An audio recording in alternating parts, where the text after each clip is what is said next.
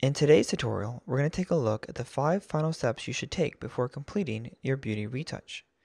So we've completed all of the major retouching for this image. You can see that in detail in our Saving a Bad Retouch video, which you can find on our YouTube channel as well as on fstoppers.com. And now we're ready to finalize our retouch. And so we want to take a look at the last few things you should do before wrapping that up. Now the first thing I do in my final stage is my color toning. And there's a few different ways that you can color tone your image. Today we're going to take a look at selective color. So I'm going to go down to my adjustment layers. You can find that at the bottom of your layers panel. Click here, go over to selective color.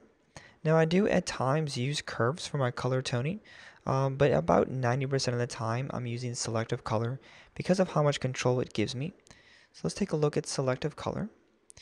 And so what's interesting and what's unique about selective color is that you can select where it says colors, and you can see you can go into all of your color channels: red, yellow, green, cyan, blue, magenta, and you can do color adjustments with each of these channels within the specific color channels. So let's just take a look and see what that looks like. We're not going to use that for this image, but if I click on reds, that allows me to bump up cyan or bring in red, magenta, green, just into that color. If I go into magentas, then I can do the same, and you can see the hair, which has a lot of magenta in it, being affected more.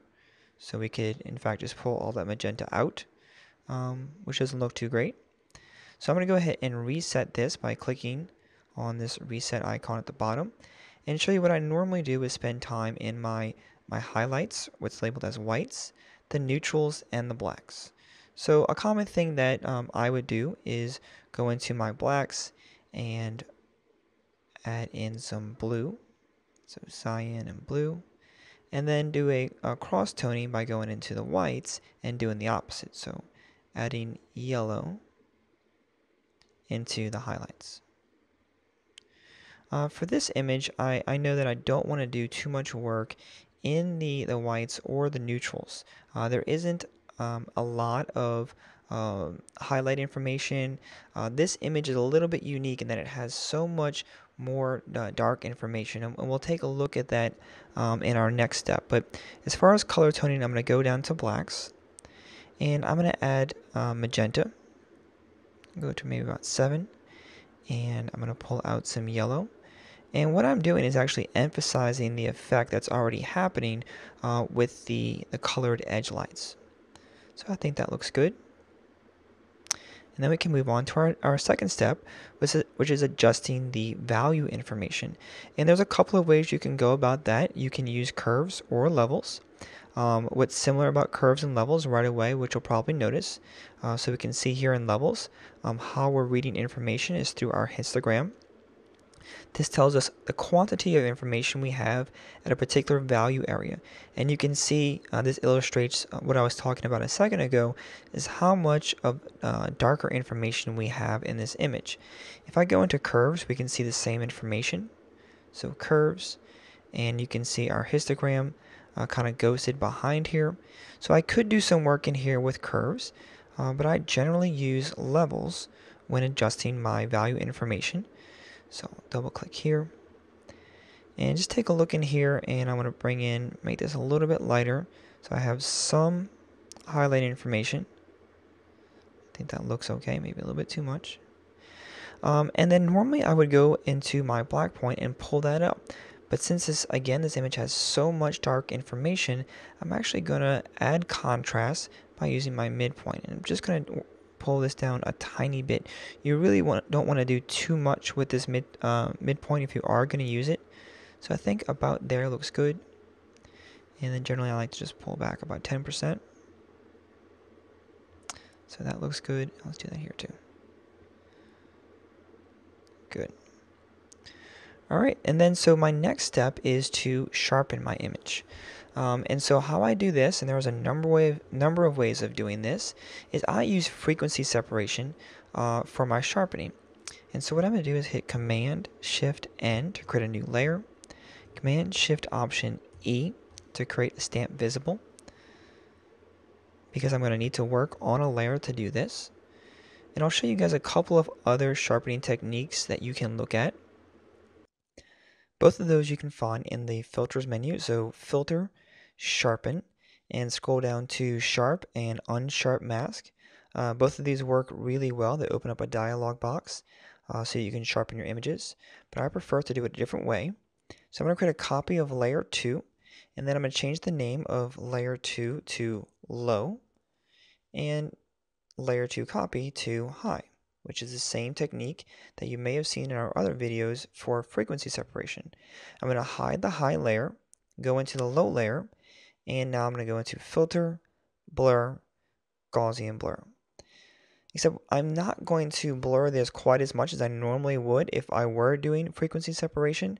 If I were doing skin retouching at this point, I would blur until I no longer saw any texture information, somewhere probably around 12, 10, 11, 12 pixels, somewhere in there. Right when we hit 12, that starts to disappear. But that's going to be way too much sharpening, so I'm going to go down to about 5 pixels and hit OK. And then I'll go into my high layer.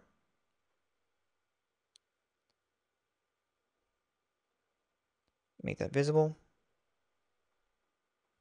And go into image, apply image. We want to make sure that we target the low layer. That's where it's reading the blur from. So choose low.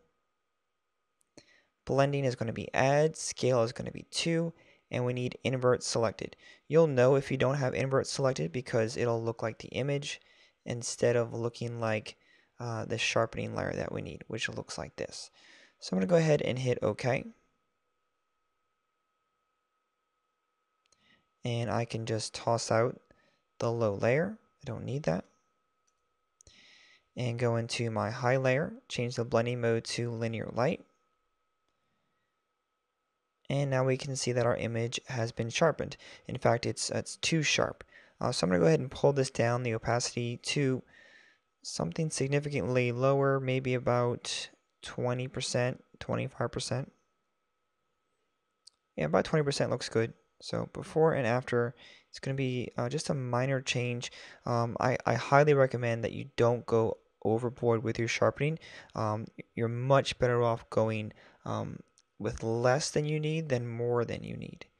Okay, so that's our sharpen, and now I'm ready to add noise. So adding noise is our fourth step. I'm going to create another stamp. So Command Shift N, hit OK. Now Command Shift Option E, and that will create a stamp visible of that. Okay, and I can go ahead and toss all this out. Good. Now we have our stamp. Now I have all of this saved. I wouldn't normally just throw all that out. Reason being, if you didn't like something, if you decided it was too sharp, or you had added too much color, then that information would be gone. So I don't recommend doing that unless you've saved. I usually save in steps. You can see that this is 3. So as I'm working, I'll get to a point. I usually send a copy to another version and then save that. That way it keeps my file size down. And now I want to go ahead and add noise. So I'm going to go into Filter, Noise, Add Noise. And I think about 4 is good. Let's type that in, 4% for this image. It's going to depend on the size of your image. And noise is one of the last things that you do, if not the last thing. And I would actually recommend adding noise to the exact size file that you're going to send out. So for instance, if this were going to be for Facebook and I were going to export to 2048 pixels on the longest edge, I would scale it down first and then I would add the appropriate amount of noise. So if your image is smaller, you may need less noise. If it's larger, you'll have to adjust the amount of noise as well. So let's go ahead and zoom in. And I think that looks good. And just so you guys can see why we would add noise, here's an area here where we have a gradation of color and value. And before and after, before and after. It's a subtle change, but what it does, it actually blends tones. And in an image where you may have a lot more background information, we don't have as much here um, in terms of having the background of the image visible. A lot of times you'll get banding. So as you're doing your retouching, you'll get banding in your black background or in your white background. And it doesn't look great when you go to print. By adding noise, it actually blends those values and it makes for a much better print. Okay, so we've completed our first 4 steps, and now we're ready for our 5th and final step, which is just to step away. What I mean by this is I don't recommend that you send your image out right away. Most likely at this point you've been sitting in front of your image for a number of hours. What I recommend is that you save your image, close your computer, and step away. Possibly for a couple of hours, and if you can afford it, maybe even a day. Come back to your image with fresh eyes and just make sure that everything is looking exactly how you want it to look. You'll be surprised after stepping away from your image for a while, the things that you'll catch and the things that you'll see that you didn't see before. So our 5 steps to recap.